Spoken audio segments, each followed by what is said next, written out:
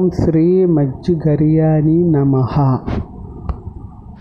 మన భారతదేశం ఎన్నో పురాతన కట్టడాలకి, ఎన్నో ప్రాచీన ఆలయాలకి నిలయం. ప్రాచీన భారతదేశంలో ఎన్నో పురాతన కట్టడాలు ఉన్నాయి. భారతదేశంలో ఎన్నో దేవాలయాలు ఉన్నాయి. అయితే రాయగఢలో కొలువై ఉన్న ఈ అమ్మవారు మజ్జిగర్యాని అని ఒరియా వాళ్ళు పిలుస్తారు. తెలుగువారు మజ్జిగౌరమ్మ అని సంబోధిస్తారు. ఈ రాయగఢలో కొలువున్న ఈ అమ్మవారిని ఒరిస్సా వాళ్ళే కాదు, ఉత్తరాంధ్ర ప్రజలందరూ వచ్చి ఈ అమ్మవారిని దర్శించుకుంటారు. ముఖ్యంగా బుధవారం, ఆదివారం అయితే ఆలయంలో జనాలు ఎక్కువగా ఉంటారు. ఈ మజ్జిగౌరమ్మని పూర్వం నారాయణీ మాత అని పిలిచేవారు. కొన్ని దశాబ్దాల క్రితం బ్రిటిష్ ప్రభుత్వం విజయనగరం నుంచి రాయపూర్కి రైల్వే మార్గం నిర్మిస్తుండగా ఆ రైల్వే వంతెన కూలిపోతుంది. ఎన్నిసార్లు ఆ రైల్వే వంతెన నిర్మించినా కూలిపోతూనే ఉంటుంది.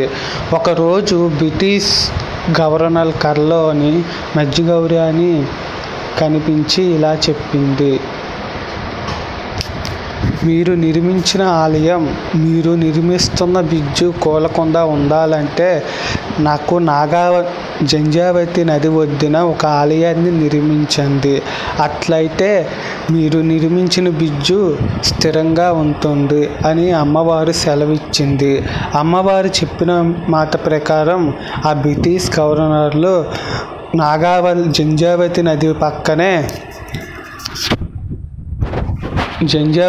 పక్కనే ఒక ఆలయాన్ని నిర్మిస్తాడు.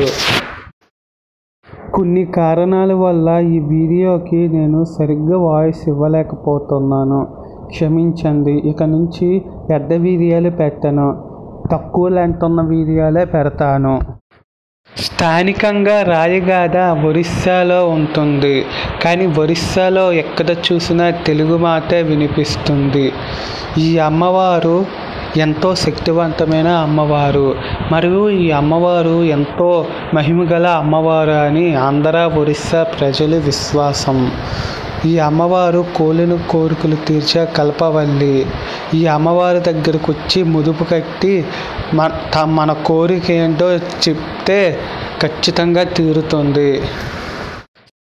ఈ అమ్మవారికి మజ్జిగౌరమ్మ అని పేరు ఎలా వచ్చిందంటే ఈ అమ్మవారిని స్థానికులు అంటే రాయగఢ ప్రజలు, ఒరిస్సాలో ఉన్న ప్రజలు మజ్జిగర్యాని అనే పిలుస్తారు. ఇక్కడ తెలుగు ప్రభావం ఎక్కువగా ఉన్నదం చేత మజ్జిగర్యాని అని పిలుస్తారు. ఒక రాజు రాయగఢని పరిపాలిస్తూ ఉండేవాడు. ఆ సమయంలో అమ్మవారు రాజుగారి కథలో కనిపిస్తుంది. నన్ను ఈ కోటలో ప్రతిష్ఠించు అని అమ్మవారు చెప్తుంది.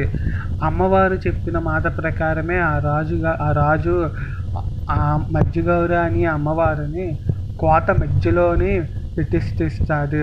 ఆ కారణం చేత కోట మధ్యలో ఉండడం చేత ఈ అమ్మవారిని మజ్జిగౌరమ్మ అని పిలుస్తారు.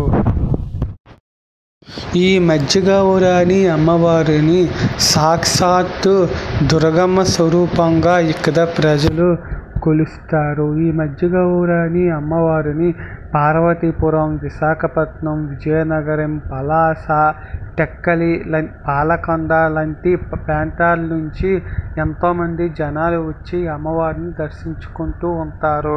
ప్రతి సంవత్సరం ఏప్రిల్ లేదా మే నెలలో ఈ అమ్మవారికి జాతర చేస్తారు. జాతర సమయంలో ఈ అమ్మవారిని చాలా ఎక్కువ మంది దర్శించుకుంటూ ఉంటారు. ఈ ఆలయానికి వెళ్ళే మార్గంలో ఎంతో అద్భుతమైన వాతావరణం అయితే మనం చూడవచ్చు.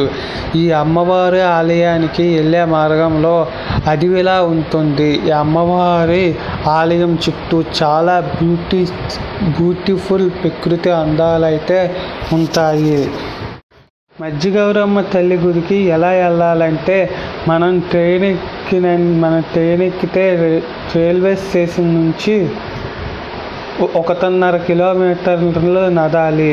లేదు మేము నడలేమంటే ఆటోలు అక్కడ రైల్వే స్టేషన్ దగ్గర ఉంటాయి. ఆటో ఎక్కితే వాళ్ళే దించేస్తారు. 20 రూపాయలు అయితే ఛార్జ్ చేస్తారు రైల్వే స్టేషన్ నుంచి గుడి వరకు.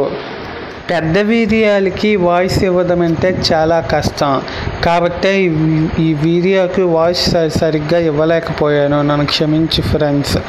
వీడియో నచ్చితే లైక్ చేయండి, షేర్ చేయండి, కామెంట్ చేయండి, సబ్స్క్రైబ్ చేయడం మాత్రం మర్చిపోకండి.